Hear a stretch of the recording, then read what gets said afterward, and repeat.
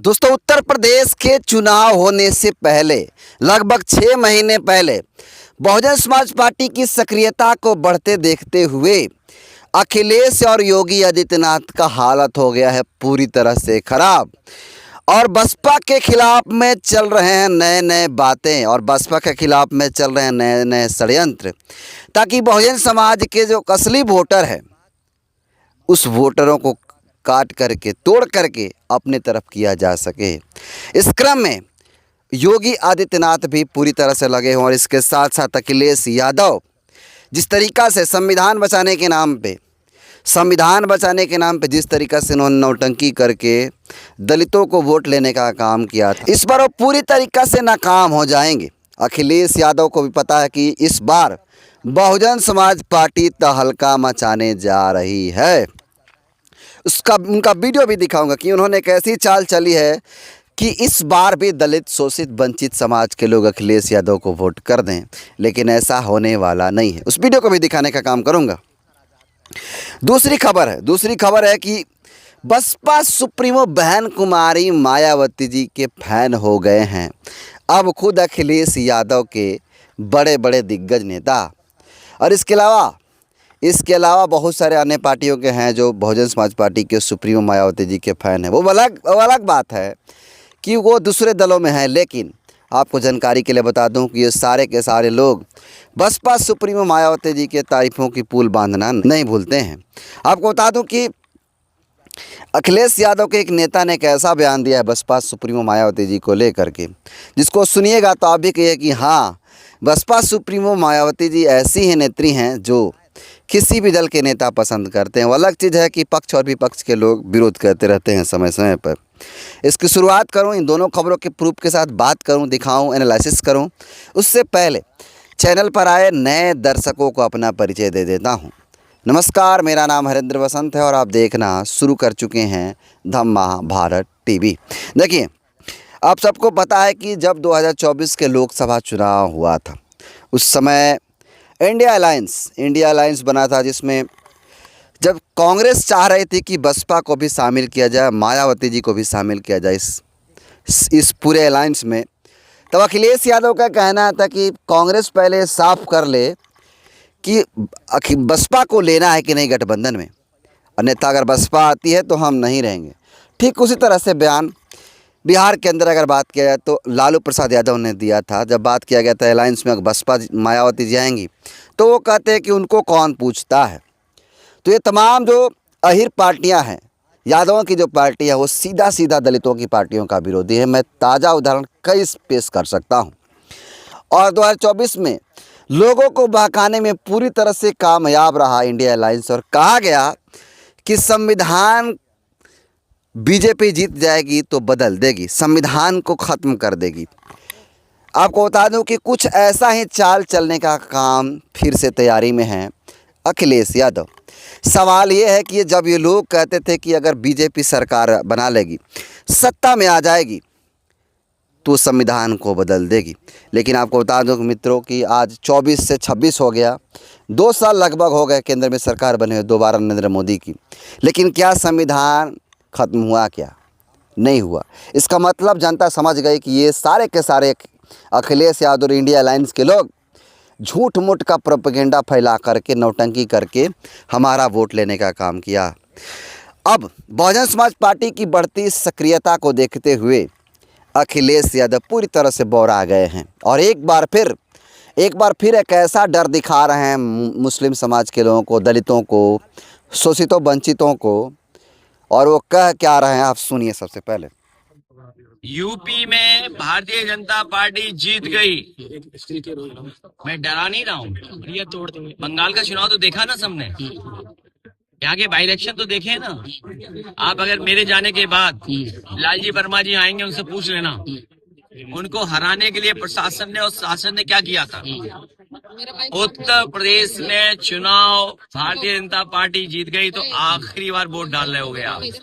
तो सुना आपने किस प्रकार से ये इन्होंने बयान देने का काम किया कि उत्तर प्रदेश में अगर भारतीय जनता पार्टी चुनाव जीत गई तो यहाँ पे आखिरी वोट डालने जा रहे हैं। यानी इनका सीधा सा कहना है अखिलेश यादव की कि अगर भारतीय जनता पार्टी जीत जाती है उत्तर प्रदेश के अंदर, तो आप उत्तर प्रदेश में वोट डालने लायक नहीं रहेंगे या आखिरी बार वोट डाल रहे हैं। देखिए, सबसे पहले लोकसभा चुनाव में इन्होंने क्या डर दिखाया कि संविधान ख़त्म कर देंगे बीजेपी वाले अगर जीत जाएंगे, लेकिन बीजेपी वाले तो जीत गए। क्या संविधान खत्म हुआ? क्या नहीं।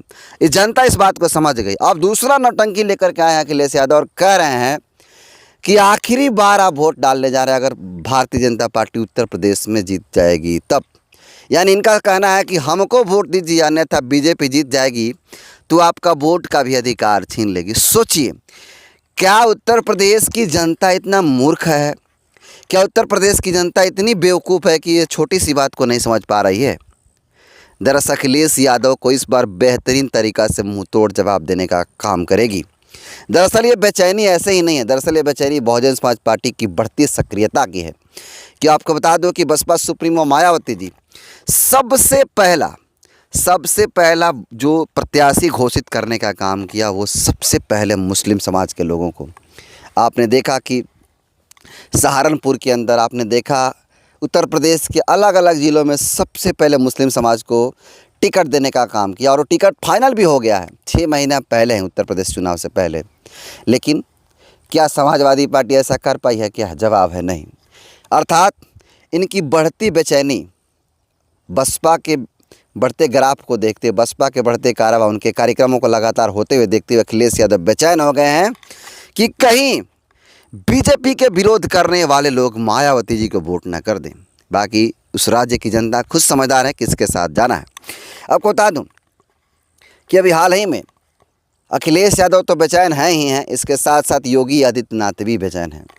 अभी आपको बता दो कि उत्तर प्रदेश के सहारनपुर में मायावती जी ने एक प्रत्याशी को घोषित किया, उन्हें टिकट फाइनल करने का काम किया और उसके बाद सहारनपुर के कार्यक्रम होता है एक जगह सहारनपुर देहात में, और उस सहारनपुर देहात की जैसे ही सूचना योगी आदित्यनाथ तक पहुंचती है, योगी आदित्यनाथ भी ठीक उसी विधानसभा में जहां बहुजन समाज पार्टी का कार्यक्रम हो रहा था, उसी विधानसभा के किसी दूसरे जगह पे कार्यक्रम किया गया। अर्थात अब पूरी तरीक़ा से जनता का मूड बदल चुका है। योगी आदित्यनाथ को देख लिया है और भाजपा का डर दिखा करके वोट लेने वाले अखिलेश यादव को भी देख लिया है। अब अखिलेश यादव को चलने वाला नहीं है। अर्थात इस बार बहुजन समाज पार्टी का ग्राफ पूरी तरह से बढ़ने जा रहा है। अब आगे का क्या होगा देखने वाला दिलचस्प नज़ारा होगा। ये पहली खबर थी। चलते हैं दूसरी खबर की तरफ। मैंने कहा कि चाहे कोई भी पार्टी हो, बसपा सुप्रीमो मायावती जी एक ऐसी नेत्री हैं और उन्होंने ऐसा शासन किया है कि चाहे कोई भी हो, पक्ष हो, विपक्ष हो, विरोधी हो, समर्थक हो, सारे लोग बहुजन समाज पार्टी के सुप्रीमो बहन कुमारी मायावती जी की तारीफों की पुल बांधते ही नहीं थकते हैं। आपको बता दूं कि अभी हाल ही में झड़प हुआ था अखिलेश यादव के नेताओं, उसके बाद अखिलेश यादव का लाल टोपी पहने नेता क्या कहता है, सबसे पहले उस वीडियो को देखिए। अरे बहुत से बुलाने वाले चले गए आप जैसे इंस्पेक्टर, समझ गए? आपका मैं सम्मान कर रहा हूँ तो आप एकदम माथे पे चले जा रहे हैं। चलाइए लाठी हमारे ऊपर, चलाइए चलाइए लाठी, चलाइए लाठी, चलाइए आपको गोली। आपका दिमाग खराब हो गया हमारी बात सुनिए। मानी खुद ही जाएंगे तुम चाहे रोड ब्लॉक करो। आपका दिमाग खराब हो रहा है, आपका दिमाग खराब हो रहा है भाई साहब, आपका दिमाग खराब हो रहा है। रो नहीं जाइए अंदर, आप रोइए मत, आप दिमाग पर ध्यान नहीं होने वाले हैं। आप भी चक्कर में टेंशन करने वाले नहीं। हमारी बात सुनिए, अब कुछ नहीं, हमारी बात सुनिए। धमकी दे रहे हैं, धमकी दे रहे हैं, आप दे रहे हैं। आप धमकी दे रहे हैं। हमको आप दबा नहीं पाएंगे, हमको डरवा पाएंगे। हम डराते धमकाते नहीं है, कानूनी कार्रवाई करेंगे। अरे बहुत कानूनी कार्रवाई हुआ है, बहुत देखे। मैं 35 साल हो गया राजनीति करते हुए, इससे तगड़ी सरकार मैं देखा हूँ।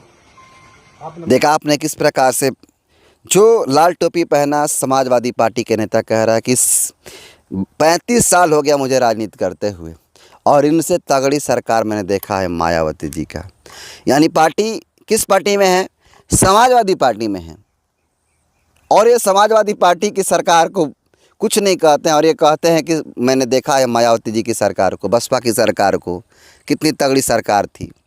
यानी सीधी सी बात है कि पार्टी के किसी प्रकार के नेता, किसी पार्टी के नेता हों, लेकिन वो बसपा की बुराई नहीं कर सकते हैं, क्योंकि बसपा ने जो काम किया है सर्व समाज के हित में काम किया हो, चाहे वो शिक्षा का मामला हो, स्वास्थ्य का मामला हो, रोजगार का मामला हो, चाहे जीरो टॉलरेंस क्राइम रेट का मामला हो, उसमें बसपा सुप्रीमो मायावती जी ने बेहतरीन काम करने का काम किया है। बाकी आज की इस वीडियो में मैंने 2 बड़ी खबरों पर चर्चा की। इन दोनों खबरों को कैसे देखते हैं आप अपना फीडबैक ज़रूर दीजिएगा। बहुत बहुत धन्यवाद।